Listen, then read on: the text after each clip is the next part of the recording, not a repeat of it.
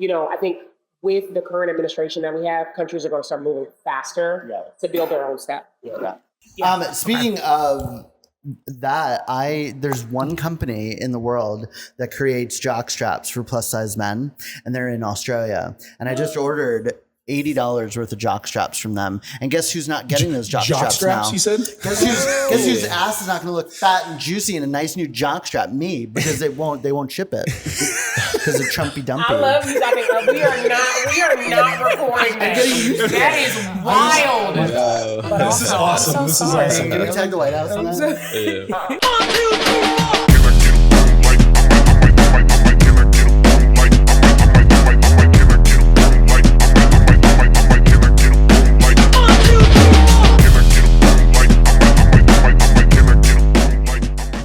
This probably will end up being the funniest podcast that we tape, and we've needed one because all the other ones have been very much confined to like business and entrepreneurship, which we're going to get into. But I really did want to kind of bring out a whole group of characters. And the first thing I want to mention is, Marcey, thank you so much for letting us use your awesome art collective that you've got here at Culxr House. Why don't you tell us a little bit about how this got started, how you got involved with it, and a little bit about like your journey, from, your childhood to where you grew up to, I want it all, bro. Shoot. Tell me what you about. Yeah. Look, happy to have you here. Everybody, good to see you. Good to see you. Good to see you. Nice to meet you and be in your space. But yeah, we're at the wonderful Culxr House. Some call it the legendary Culxr House. We've been around for about 6 years now, right? As a creative space. Time flies. Time does fly when you, I guess when you're having fun, is what they say, because this is, it's all been fun, but it's happened so quick too, though. Like I said, started this probably about like 6 years ago. Myself, I'm a recording artist and a beat maker. So I kind of just, grew from that, from just building studios, right? Recording for myself, and then just gaining more space, right? And then just being able to lend it to other artists and creatives to be able to live out projects or to be able to participate in learning experiences so they could get better or get more information, because access to information in neighborhoods like this is very important. Information, technology, and just the ability to have a space where you can just like grow, So that's kind of the importance of it, which was just part of the 24th Street redevelopment plan, right? Activating spaces, right? Bringing arts and entertainment, but then trying to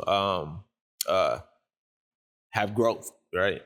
So that's kind of how Culxr House really got started, and how we able to, sustain ourselves, I mean, just from the name itself, it obviously has a self-explanatory nature to it. Culxr House, it's a place where, you can come and be safe, but also, spread, community culture, things like that. And the way you spell it and everything like that, just, it exudes, individuality and artistic expression, things like that.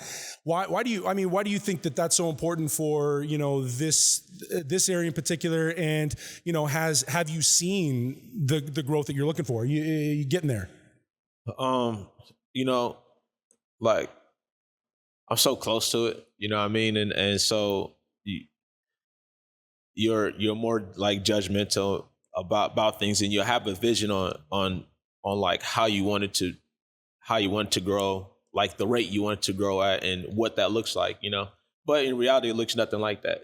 So like, yeah, I'm very happy about the growth we've had. Like things have went definitely like not the direction I first thought, but you got to see what happens though. Like in business, especially like when you're like in community though, right? In a community, not like creating a community, right? Which we've been able to create a community within a community, but we try to cater to what are the needs around like the people that actually like live in this area, but that really, access to space and things. So, which means we have to care about people's well-being, right? Right. Have to care about their personal lives. Right. Because We, what else? I mean, what else is community for? all that's first before you can even get to 100%. the art and like Yeah. the creating stuff. You know I what mean, I mean? it's hard to create art on hungry on a empty belly. I mean, if you're hungry, like it's hard to learn. It's hard to do anything if you're struggling. And then it's hard to even like just get out of bed and do the things that you need to do if you've got all these other problems that are forcing you into maybe things that you shouldn't be getting into. And then forget art, forget the community, because now you're being selfish. But I think that's why like I've loved kind of what you've been doing here specifically, because it's not just about the playing the music, putting paint to wall or all this stuff. It really is about what it takes to get there. In other words, the journey. Because there are people that maybe aren't artists. They're skaters. You've got fashion designers, because you're doing all kinds of stuff here. It's not just the one thing. It kind of embodies all of it. Like maybe David do a comedy show here one of these days. Do a little stand-up thing, because I do. That was like the impetus of this, was to show how diverse, but also how like nationally recognized a lot of people in this town. They're moving and shaking. They're doing some big things, and like you've been on some big stages with some shared the stage with some big people.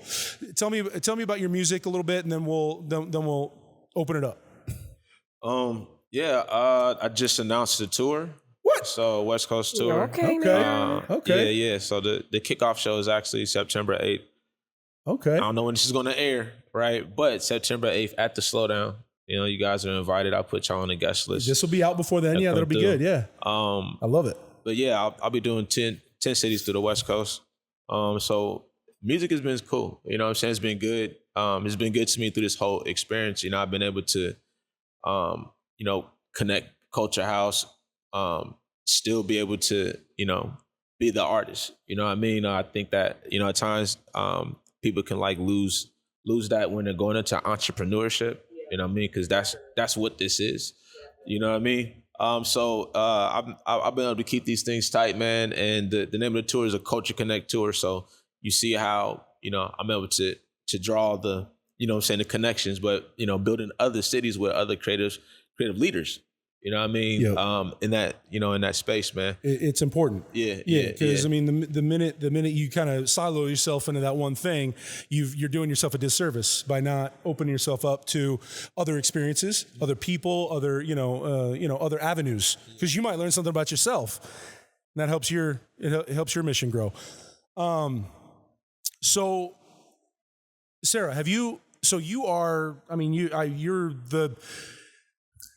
Forgive me for saying this, but the quintessential artist, right, in this room, right? You're like the actual, like you do all the things. You put the paint to wall, literally, right?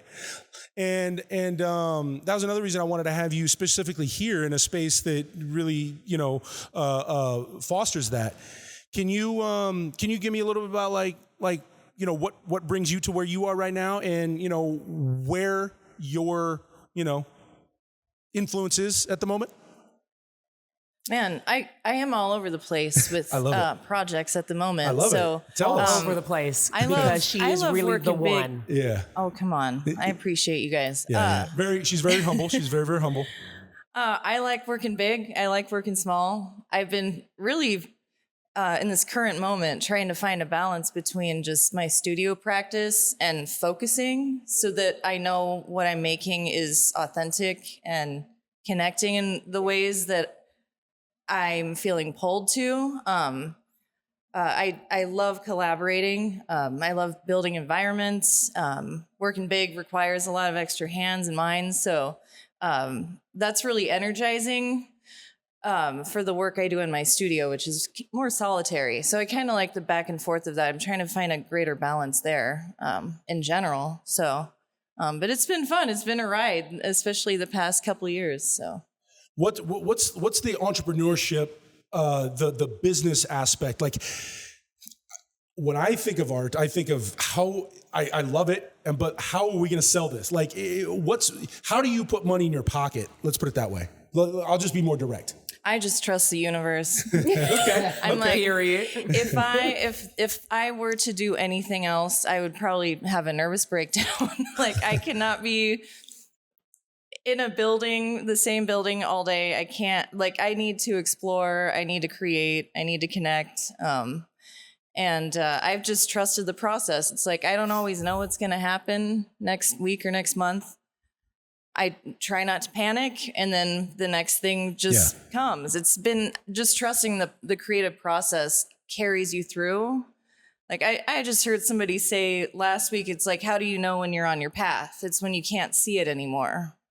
And I really believe in that. Like, That was a bar. That's deep. That's a new lyric. That's a new lyric. There you go. That is a bar. That is a and bar. it's true for all of us. Like you can't, like we shouldn't, I mean, we should care about the future and our impact, but we can't live for the future. We have to live right now. So I'm like, what's exciting? Like what's feeding my spirit? What's like, who's pushing me in ways where I'm like, I don't know what this is going to look like at the end, you know?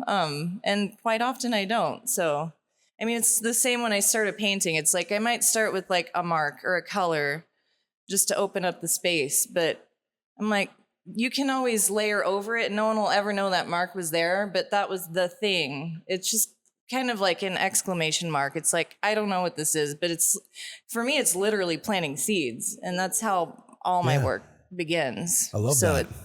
I love it. And then when other people want to join me on the ride, I'm like, let's go. Like, let's just see how big we can make this thing. That's very cool. And that was another reason why I wanted it, because I was just like, I'd love to work with you. I'd love to, film some of your work or find out, just because I find a lot of the stuff that you do fascinating, but also, I don't know a lot. I just know what you put out sort of on social media and what other artists you've worked with have put out there. But do you want to talk a little bit about like your growing up, your youth, and then, a little bit about your native heritage?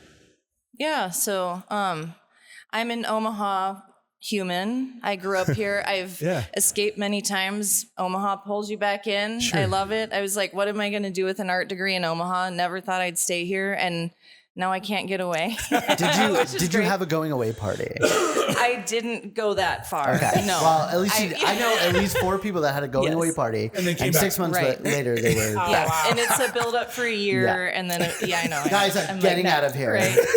Sure you are. You went on vacation. Welcome back. So I actually grew up in North Omaha in Florence. Oh, okay. And my first art studio, my dad built on my front porch when I was like 2 and 3 years old. So it was just always part of the path. So I love this whole 24th Street corridor is amazing. The bridges that are being built around the community. Sure. It's the energy of it. I love seeing it come to life the way it has over the past handful of years. Thank you. You're a huge part of that, obviously. So I started here and escaped, and now I'm back. But I love, now my daughter's in college, so I'm able to kind of explore more again. So I've done some residencies and shows around the country, and it's been great to connect with the larger audience in that way, to have those opportunities. I've been looking forward to that. So Have and I mean I don't know enough about it, so that's why I wanted to see if you wanted to tell me a little bit about like your your native culture and things like that, like a little bit of Native American. You don't have to if you don't want to, but I find it fascinating. It's a secret. No, it's not secret. No, I knew it wasn't, because you posted a bunch of stuff, and I don't know I don't know enough about it. I've got like 1/8 or something. My great grandmother or something. Maybe I've heard that before. Yeah, I know, right? Everybody, right? But it's all of us on this couch. That's why you're right. That's why I'm like ignorant to it. So, but I find it extremely fascinating, and that was kind of one of the questions. Just as as observer, I wanted to kind of know about. If you want to tell me about it or what it's like. So I'm Lakota, and I'm an enrolled member of the Ponca Tribe of Nebraska. Okay, so cool. we are on unceded Ponca territory right now. So I love this reclamation of space with artists. I think that's really important to tap into the sacredness of this land and the play of it, the curiosity. It's like our resilience. We tap into that. So it's an endless well of inspiration and storytelling, and we're a part of that story. So I think a lot of my work is inspired by my heritage, even if it's not like overtly there. I grew up with ceremony, and I bring ceremony into my work. I smudge my work before I hang it. Okay. What's that? What is that? I guess what does that mean? Smudging. Using plant medicine to really? to bless or cleanse very or cool. set it off on his journey. You know, I love it. So yeah, I bring that into my work in small, intimate ways, and also larger spaces, like bringing in collaborations with the community, or like creating some sort of call to action or participatory element in my work. Like I feel like that's bringing ceremony and ritual into my work and breathing life into it in a way that is really meaningful, and it just invites that shared storytelling. It invites people to participate. It's not just something that you witness or look at or walk around. It's like these are living creations, the things that we make. So I love inviting people to interact in interesting ways. And all that is definitely tied into the inspiration of like Lakota ceremony and smudging. That's very cool. Okay. Yeah, no, I love it. I learned something new. Smudging, that's another bar. You knew what smudging was? Yeah, I did. Dang, Yeah, I think you might just be I'm you. the only one.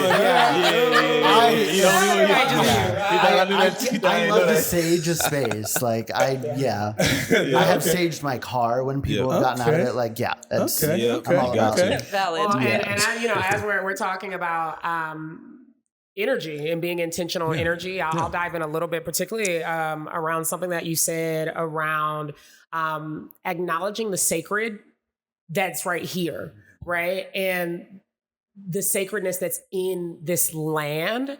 And the reason I wanted to jump in now is because I think this is something that applies to the two of the people that are on the couch. I mean, really to all of us, but particularly like something that the way it shows up in their work and also in mine too, but in that you said, like, honoring the sacredness of this land and the people who have come from here. I think there's something really special when you acknowledge where it is that you are and who's been there in the past, and how to be intentional with that energy and uplifting the energy that's there and acknowledging the power that's already in a space. And the way that Sarah really does put her background, her heritage, her knowledge, it's almost, I feel like, one of these things that when you lean into your ancestry, you are being an ancestor in real time to be able to show people the way. And even in the way that like you like layer the works, it's like it's like the story of like time that happens. And then with Marcey, with Culxr House, like you mentioned earlier, the spelling, right? Like this is also to honor that this is the birthplace of Malcolm X, right? Like there's a lot of powerful energy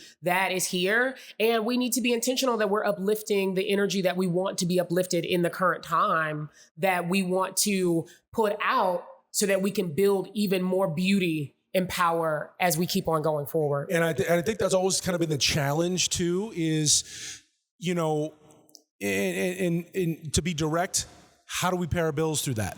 That's right. Another part of this that kind of gets, because sometimes people, they'll focus too much on that, right? And they'll forget that what they're doing is it's a project, it's a, you know, collaborative thing. But now we gotta keep the lights on, and now we have to bring, you know, have the people come in and feed them, you know. And but then we also have to put on a show. But we got to hire professionals to help us, you know, film it, light it, do all this stuff, and all those things, you know, not unfortunately, fortunately, take money. So how do we keep that? Give that value, you know, that value proposition. Yeah, I think this is the thing that really makes the difference between someone who does it as a passion and a hobby and someone who does it as a professional, 100%. Right? Figuring out how to navigate that journey. And I'll just introduce myself just because I'm just talking now. Hey, I'm Andrea Joy Pearson. I'm the founder of Joy Brings Light. It's a leadership development company that shows up in a few different ways, but some of the main ways are through social and emotional development and sound healing and meditation. I'm also an experimental sound artist. And yeah, I like to show up in the ways. I'm a creative who likes to work and play with creatives and say, how do we people better in real time? She's practiced that before. I think she's done that before a couple times. Inside of this, she knows. Inside of this, I think there are some things that as we continue talking that you'll notice kind of keep coming up because there are some foundational things that need to be put into place. And one of the things that Marcey said earlier, I think just really touches on it, and that is community and having an understanding of how to build community, having an ability to be able to listen to what does community want. So when you are someone who's doing it for a passionate hobby, it is very much focused. What do I want? What do I want out of this process? What do I hope comes across? What makes me feel really good? What's speaking to my life? Just what's my vibe kind of today? And doing it on a different level. If you're doing it as a professional, you're doing it for money, you're doing it for impact, you're doing it to build something that's oftentimes outside of yourself. And then it becomes a balance of what does the other side need, want, desire, value. And you have to figure out how do you align yourself in some capacity that still feels true to you and maintains, here's what I'm about, here's what I want, here's what I hope to create, and here's what the other side has also said, has also shown. Right. So so you're including them so that it's a give and take situation. Absolutely. Yeah. Absolutely. It has to be. Because like you said, if it's not a give and take, it can become selfish. Yep. And that might last for a little while, but that doesn't generally lead to a longer career. You might have a space where it goes well. And I mean, if you do really well in that space, maybe you can live off that for a long time. But I think generally for a career, you have to have the ability to listen and hear what others want and be able to meet that need. When you were on last time on the podcast on that first episode, Kevin made that point about how when he'll have to take jobs to pay his bills, like different editing jobs for different things. But if in that day, after he's worked on that project or within that week, if he doesn't create something that he loves, that he wants to do, then it's almost like a wasted opportunity, if you will. It's almost like, okay, I went and did this thing that I, didn't love, but I did it for the paycheck, right? But then I went and did something that fed my soul. Then that job for the paycheck felt worth it. Because just getting money sometimes isn't worth it. Sometimes you feel like, what am I doing? But you got to do what you got to do. But I've done stand up in many an American Legion hall on a Friday night while people were eating spaghetti. And we're going to get to you next because I do want to hear. I want to hear so much about that. Did they keep it on their plate? Yeah, because I'm funny. I made them laugh. It was like, no, nobody's throwing food at me. And if they did, I would appreciate it because I would eat it. Tell us. I need to know. Right. American Legion spaghetti? I've never been to American Legions though. So. I think above all, I've known Marcey, know Andrea Joy. You two were I was most intrigued about your story. David, I met you for 5 minutes one time last year. Who are you? What do you do? I was doing a red carpet for a restaurant group too, which is like, on the list of like weird gigs that comedians get. Is up there. You know what I mean? Like 100%. You tell people. And what was interesting is that they asked me, they're like, can you come just host the red carpet? Can you please just ask, the employees were, as they show up, I would ask them, what are you wearing? Blah, blah, blah. And I'm like, okay, so who's filming that? And they're like, filming it. I said, yeah, who am I? Am I doing this to camera? And they're like, no. And I said, oh, I'll be doing it to camera. Yeah. I'm bringing someone. What am I going to talk to the wall? What are you wearing tonight? And there's no camera. Like I'm not exactly. Nobody thought about that. It was brilliant. Brought his own.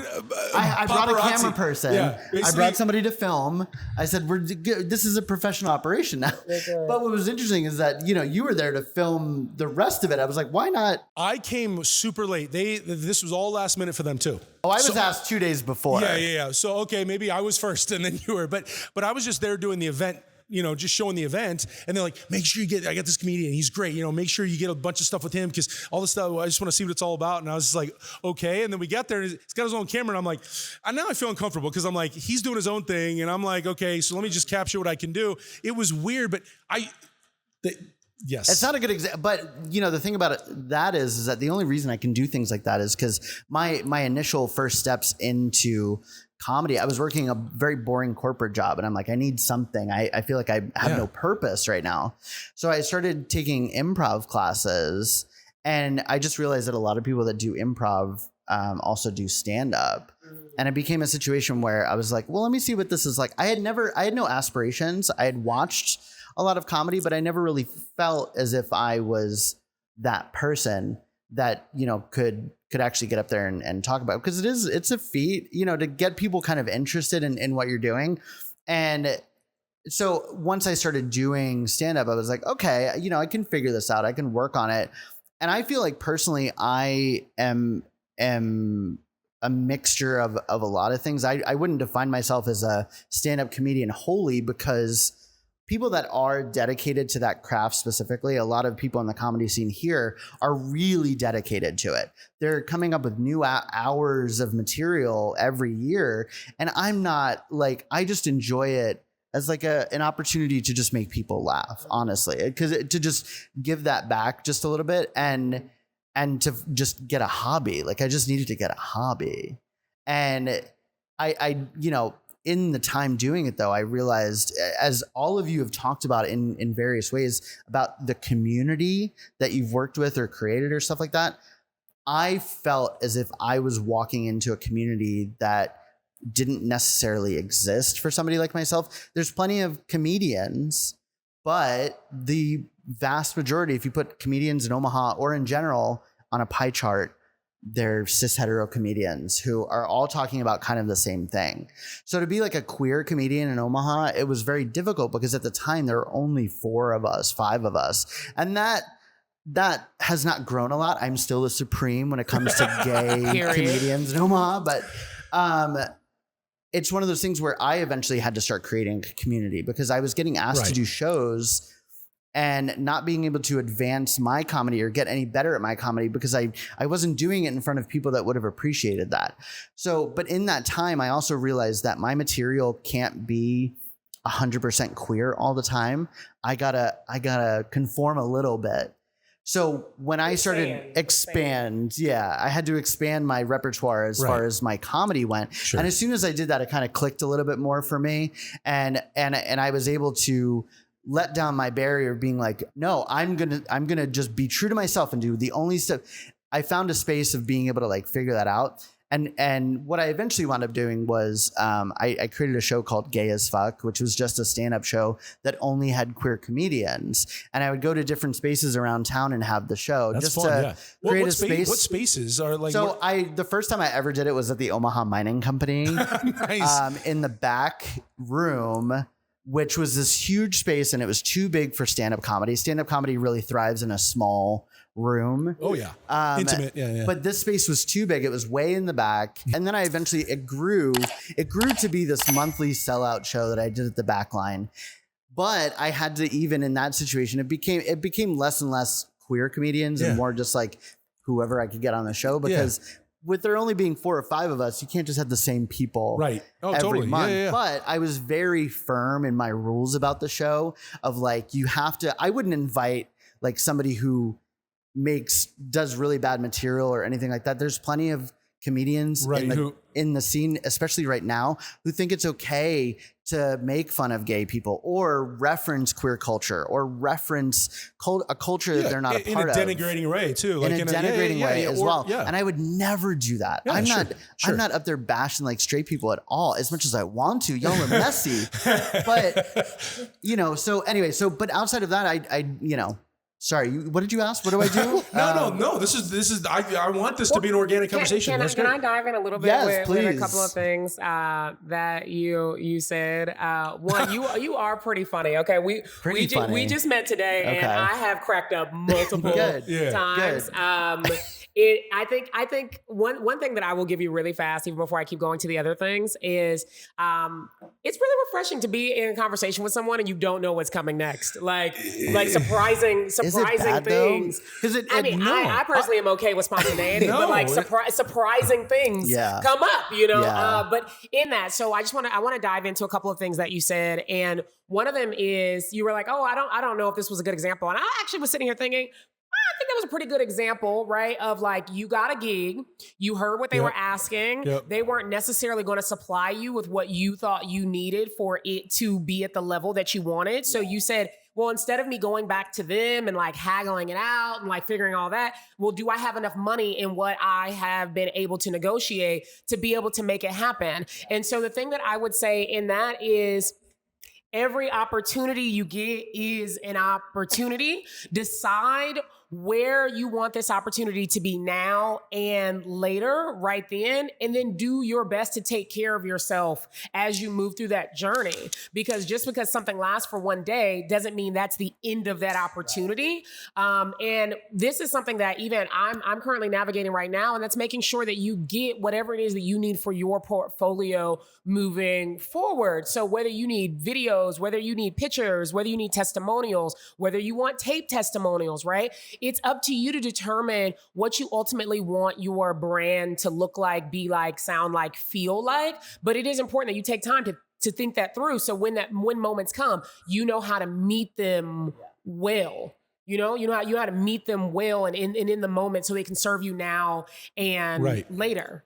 And I think Andrea hits on a really good point, because I think the whole purpose of the conversation that I'm looking to sort of suss out of this whole thing is get to know you guys, get to know what makes you tick, all the things that you do. But in the end, so the show's called The Creative Block. And so I oftentimes find myself, and I know all of us do, in this sort of, where do I go next? What's my next, so you find yourself in this creative block where it's like writer's block, where you almost fight yourself. So you almost force yourself into doing something that you're like, okay, this is the next thing. And you get there and it's like, this is not, I'm blocked. Like, I don't really know where it's going. I'm sure every artist, as a writer, as a music producer, as a writer, as a comedian, as a writer, as a, somebody who speaks in front of people and things like that. We've all had that moment where it's like, okay, what's pen to paper? What do I do next? And you kind of maybe force it a little bit. And so I decided, I was like, well, why don't I ask people how they get out of their creative block? Like, how do they get out of that writer's block? How do they get out of that stage fright? How do they get out of, moving to the next step? How do we get there? Do you find that in the music industry right now, I know they've made it's constantly shifting. I mean, at one point it was like, get these CDs into people's hands. Now it's like, nobody uses them. So how do you get onto Apple Music? How do you get onto the streaming platforms? How are you getting your work to the masses? Like, how do you get out there?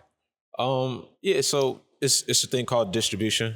So you get with a distribution company. There's like a lot of them out there. So digital distribution, then for your physicals, like if you want your music to go to, let's say, like vinyl or like tape or CD, you know what I mean? And so there's companies that you can go through if you're independent.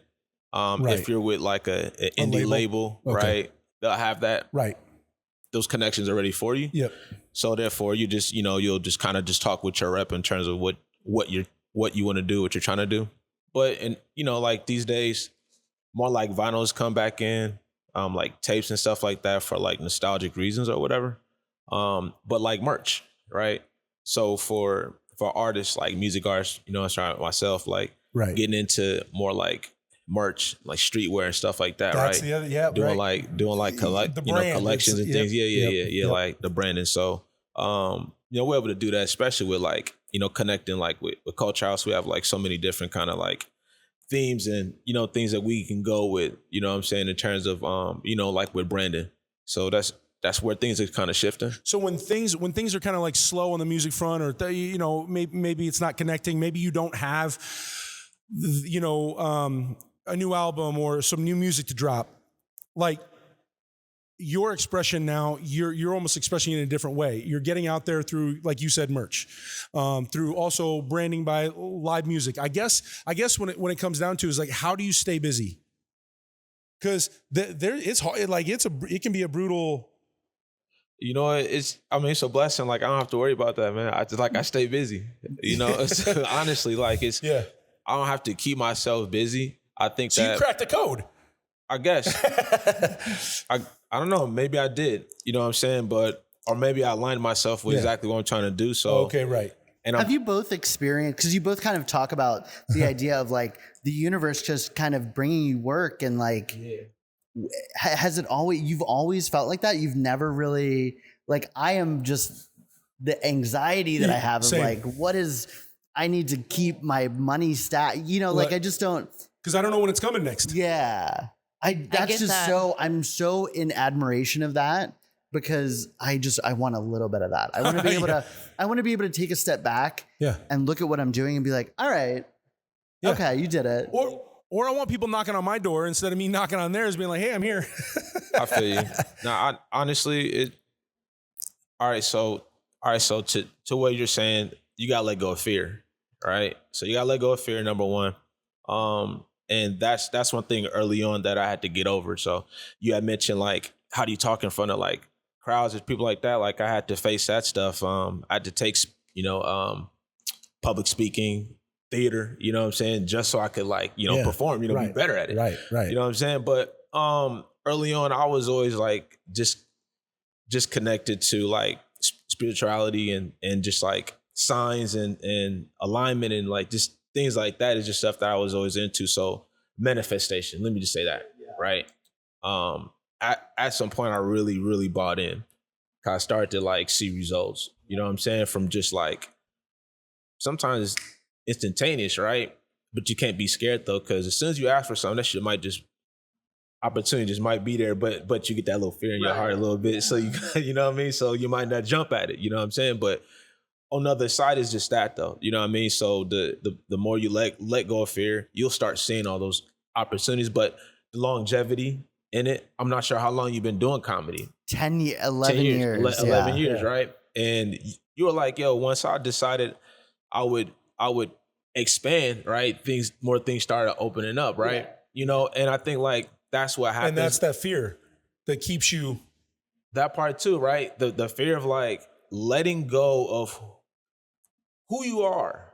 You know what I'm saying? Because for the betterment of the brand, it's going to open up so many other avenues in demographics. You know what I'm saying, for you. So I think like once you, and things will probably open up for you know what I'm saying, all kinds of different opportunities and things like that. And that's definitely, I mean, there is a lot of that. And I learned kind of early on that you stress out about events, you stress out about things that you're, going to speak at, or especially with stand-up, you're like, this is such a big deal. And then you look back on it later on and you're like, it wasn't that big of, like, I can specifically remember the first time I did like a set at the Funny Bone. There was a period of time where it was like, this is the pinnacle. This is the peak of my career. And then just 3 weeks ago, so I work with an actor out of LA who I talk about all the time. Hi, Danny. His name is Danny Franzese. He played Damien in Mean Girls. And I have worked with him since 2018. And I've been his assistant since 2020. And he is talking about community. He is somebody that I met randomly here. And he said, you are a queer voice that does stand up like I do. I'm going to lift you up and give you a platform. And so 3 weeks ago, I was at a show with Margaret Cho. Wow. I was at a show with, That's so awesome. it's just, Love one of those things, her. but it's one of those things that I have thought so many times, this is the peak. It's not going to get any better it's never going to get better than the Funny Bone on a Thursday night. And then it continues to. So in little ways, in bite-sized pieces, I feel like I am trying to let go of that fear and remind myself that this scary moment I thought I had was really not that bad. So you canceled me and this podcast for Margaret Cho? Yeah. Questionable. Yeah. That's questionable. Questionable businesses. I want to dive in here, and then I really, really do want to hear Sarah's thoughts on some of this. but I think it's like a perfect time to say, like, you're like, how do y'all do it? I just did it. But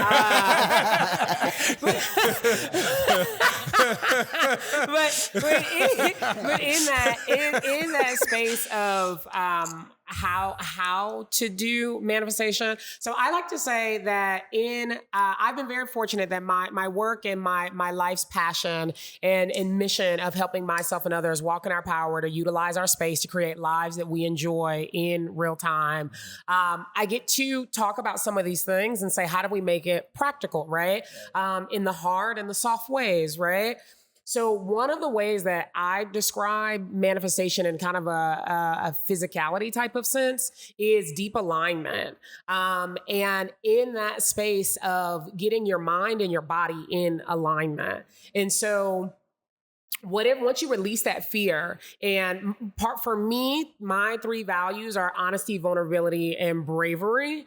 So being really honest with yourself about what it is that you want, what it is that you want to create, how it is that you want to show up in the world, and then being vulnerable with yourself of asking yourself, well, you know, maybe what has stopped that? Like, how have I become who it is that I am? Like, what's keeping me? Am I afraid of failure, or am I afraid of success? I actually think a lot of people are afraid of, if it goes right, what will that mean? Yep. And then how will I be able to maintain that longer term? I deal with that a lot. So really having really vulnerable, honest conversations with yourself, and then being willing to be brave, right? So that's like space, like I'm acknowledging the fear, but I'm moving through it anyway. I'm acknowledging I'm scared, but I'm putting my application in, or I'm acknowledging, like, I don't know these people, they don't know me, but I'm still going to send them like a message, or I'm going to go up to them, or I'm going to talk to Margaret when I'm at the show and just say, hey, what's up? Like, this is my name. This is kind of what I'm about. I'm really glad I get to be in the space with you. I manifested this moment.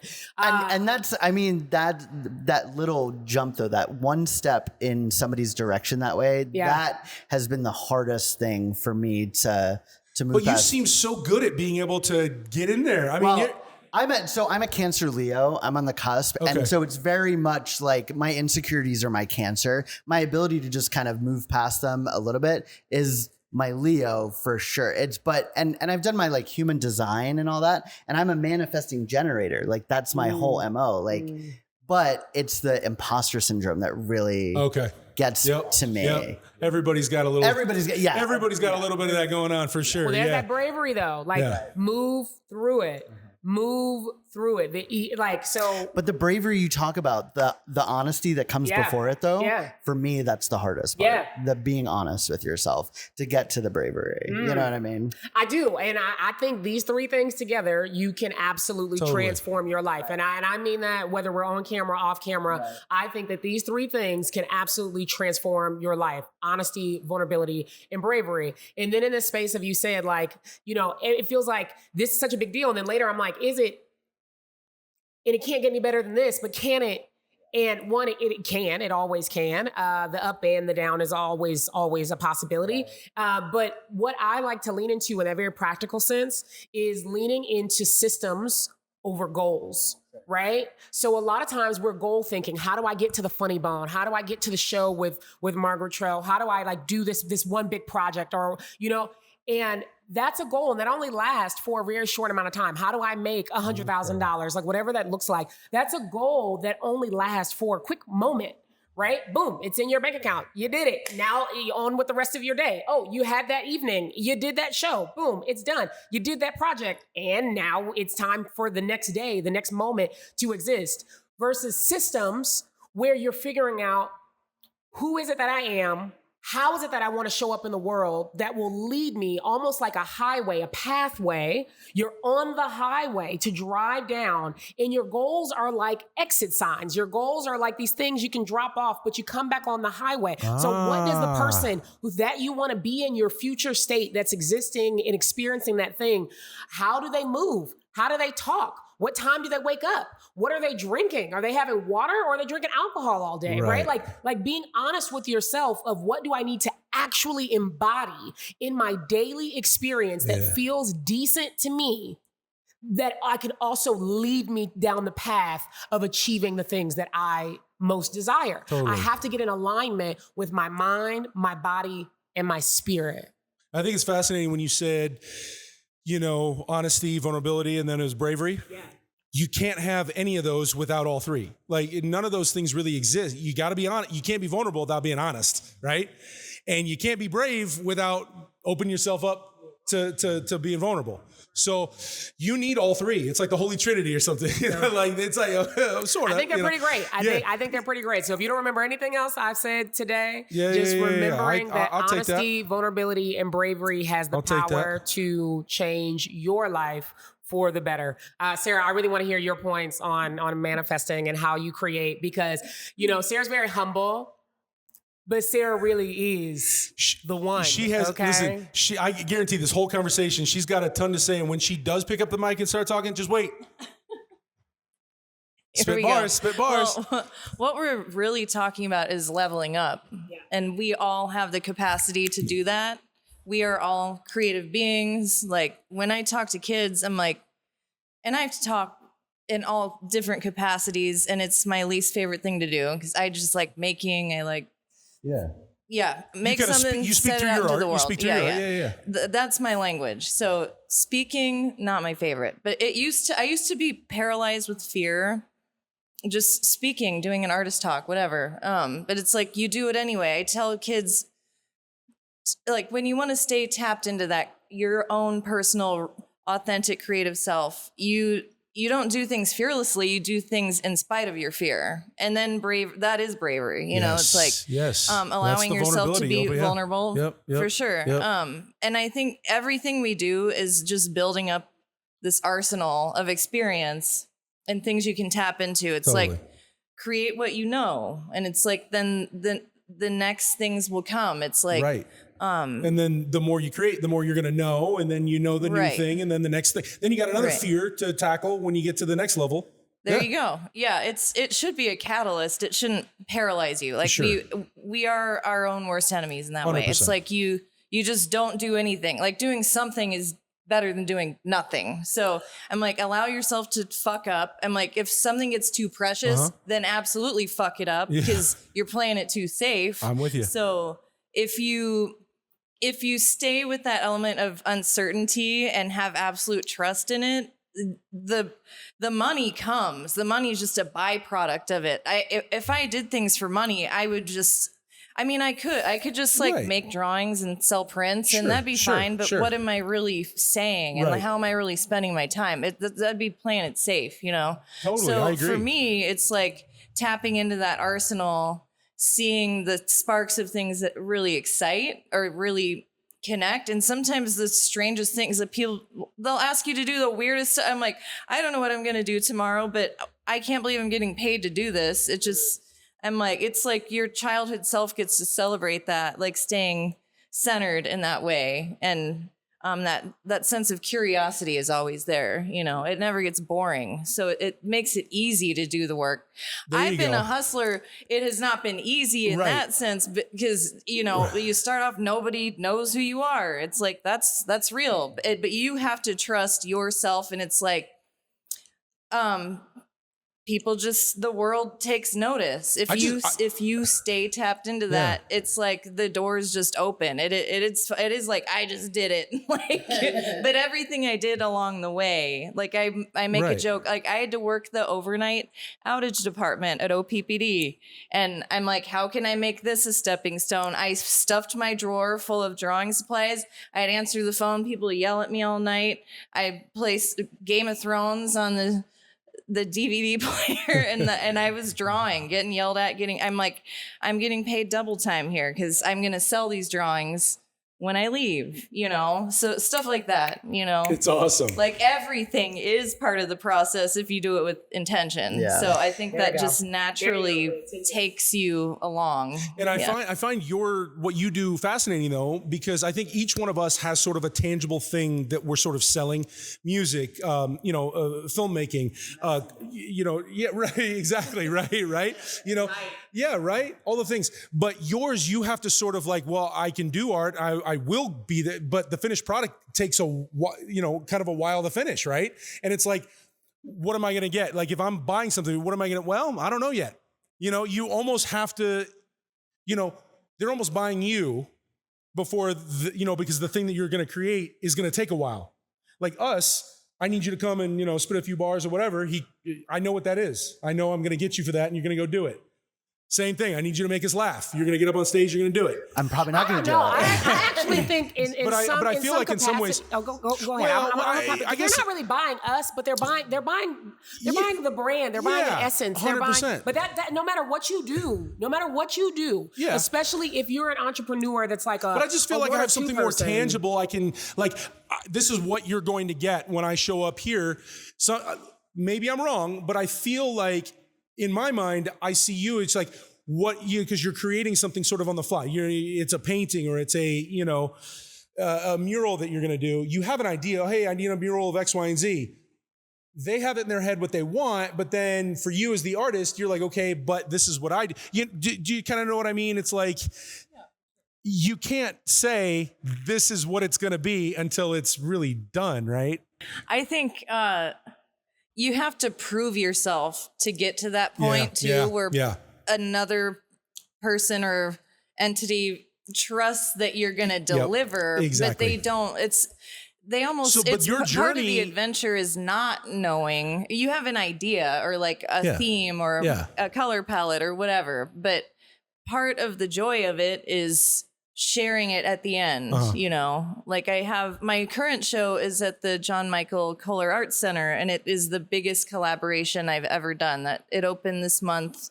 It'll be up through the end of January. So please take a road trip to Wisconsin if you can. No, definitely. Yeah, that's amazing. I did workshops over the course of a year with people around the community around Sheboygan, and with the Natural School in Omaha here. And we're celebrating. It's all about water. It's a huge community-based meditation on great. water. And I did. Very cool. I challenged myself to do 2 of the biggest watercolors I've ever done. They're cool. 2 12-foot paintings. I was terrified to do that because you can't fuck up watercolor.